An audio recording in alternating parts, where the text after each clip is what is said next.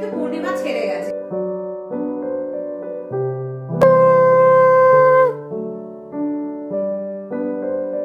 এখন বাজে 12টা আর এখন কিন্তু পূর্ণিমা ছেড়ে গেছে। তো লক্ষ্মী পুজোর পরের দিন যখন পূর্ণিমাটা ছেড়ে যায় তখন আমরা কিভাবে মা লক্ষ্মীকে মানে ধরো যে আমি যে অন্য জায়গায় পুজো করলাম এখান থেকে তুলে তো আমি সিংহাসনে বসাবো, তার একটা কিছু নিয়ম থাকে।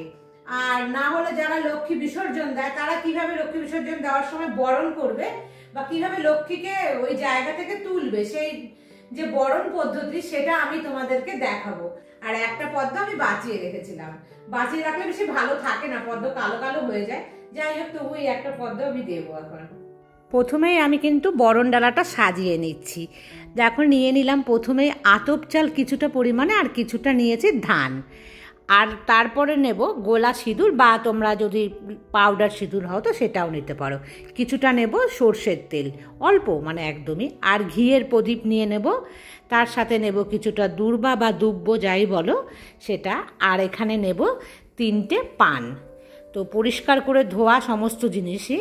আর এখানে নিলাম কুচনো সুপুরি, যদি তোমরা কুচনো সুপুরি না পাও তাহলে নিয়ে নেবে গোটা সুপুরি, আর মায়ের জন্য মিষ্টি, আর তার সাথে জল তো অবশ্যই থাকবে। তো এইভাবে কিন্তু দেখো থালি একটা মানে আমরা যে পুজোর বরণ থালি সেটা তৈরি করে নিলাম। তো দ্বিতীয় আর একটা বরণ থালিতে দেখো নিয়ে নেব মায়ের পছন্দের যে ফুল সেই ফুল, আর যদি এ ফুল না থাকে তাহলে তোমরা তোমাদের পছন্দ অনুযায়ী মানে যে কোনো একটা লাল ফুল রেখো সাথে। আর নিয়ে নিলাম তিলের প্রদীপ, আর এখানে নিয়ে নিয়েছি ধূপকাঠি। তো আমি কিন্তু এভাবে রেডি করে নিচ্ছি। আর তার সাথে একটা শাক, মায়ের পুজোতে তো শাক লাগেই লাগে। আর নেব একটা হাত পাখা, বলে না পাখার মানে বাতাস দেওয়া, সেটা কিন্তু অবশ্যই দেব। প্রথমেই দেখো মাকে বরণ করে নিয়েছি ধূপকাঠি আর তিলের যে প্রদীপ জ্বালিয়েছি তিল তেলের সেটা দিয়ে।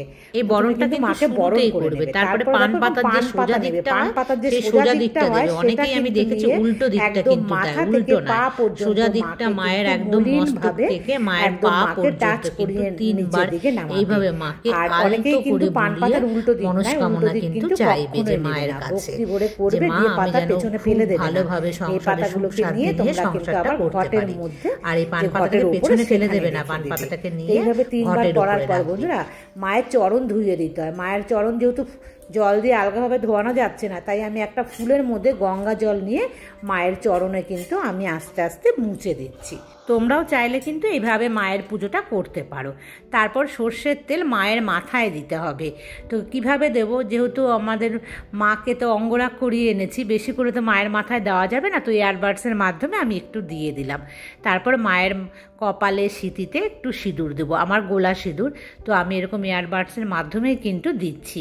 তোমরা চাইলে পাউডার যে সিঁদুর পাওয়া যায় সেই সিঁদুরও কিন্তু মায়ের সিঁথিতে মায়ের কপালে দিতে পারো।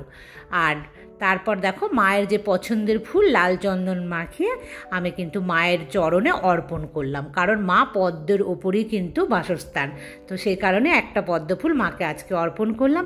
তারপর মাকে আমি দেখো ধান দিয়ে মাকে আমি অর্পণ করছি। তো মায়ের চরণে দেব, মায়ের ঘটেও কিন্তু দেব। সবসময় মনে রাখবে মায়ের ঘট কিন্তু মায়ের সাথে সাথে পুজো করতে হবে।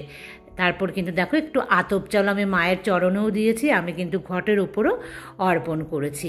তারপর আমি কিন্তু দেখো দুব্ব দিচ্ছি, মাকে ধান দুব্ব আতপ চাল এই সমস্ত দিয়েই কিন্তু মাকে মানে অর্পণ করতে হয়। তো এগুলো আমি সমস্তই অর্পণ করব। তোমাদের তো বললামই, তার সাথে সাথে মায়ের পছন্দের যে ফুল আছে সেই ফুলও কিন্তু মাকে অর্পণ করবে। তো আমি 3 রকম মায়ের পছন্দের ফুল পেয়েছি, তো আমি দিয়েছি। যদি তোমরা না পাও তাহলে যে কোনো লাল ফুল দিলেও কিন্তু হবে। আর মায়ের পছন্দের একটা গোলাপ আমি রেখেছি, তো সেই গোলাপটাও কিন্তু মাকে আমি মায়ের হাতে দিলাম। মা তো আমার সংসারে যেন সুখ সমৃদ্ধি নিয়ে আসে, সেই জন্য মায়ের কাছে আমি সব ভালো জিনিস দেওয়ার চেষ্টা করলাম। তারপরে মাকে একটু মিষ্টি মুখ করালাম, তার সাথে একটু আমি জলও দিলাম। আর বন্ধুরা এগুলো ঘরে করলে কিন্তু অনেক সুবিধে ঘরের ঠাকুরকে।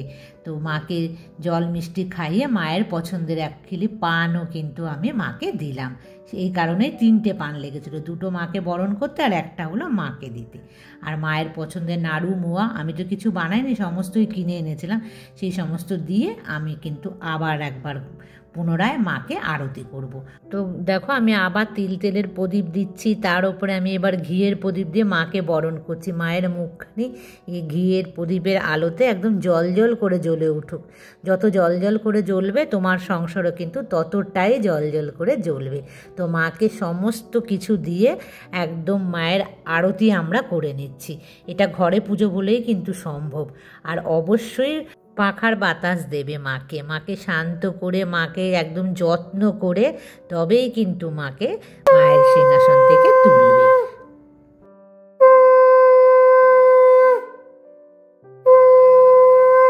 তাহলে মায়ের পুজো কিন্তু সম্পূর্ণ হয়ে গেছে। তো আমি মাকে একটুখানি ভোগটা মায়ের মুখের সামনে মাকে নিবেদন করছি আমি, তারপর মাকে একটু জলও আমি নিবেদন করছি।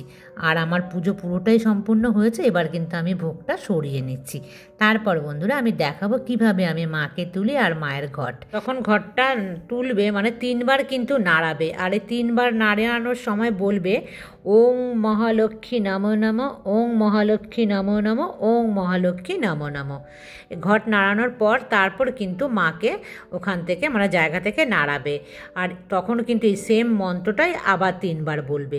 আর সব সময় মনে রাখবে বন্ধুরা, ঘটকে কিন্তু আগে নাড়াবে, তারপর মাকে নাড়াবে। ঘটের আগে কিন্তু মাকে কখনো তুলবে না। তাহলে দেখতে পেলে এইভাবে আমি ঘট বিসর্জন মানে ঘটটাকে এইভাবে নাড়িয়ে তারপরে মাকে আমি এখানে বসাচ্ছি। আমি তো যেহেতু নিচে নিয়ে যাব তার জন্য আমি দেখাচ্ছি না, এরকম একটা আসন বা যে কোনো একটা জায়গাতে নামিয়ে রাখবে।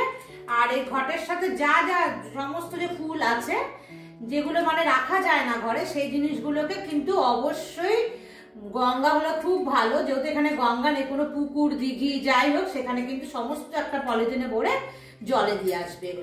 এগুলো কিন্তু ঘরে কিছু রাখবে না, সব জলে দেবে। কারণ এইগুলো যদি তোমরা ঘরে রাখো তাহলে কিন্তু মানে এগুলো নষ্ট হয়ে যাবে।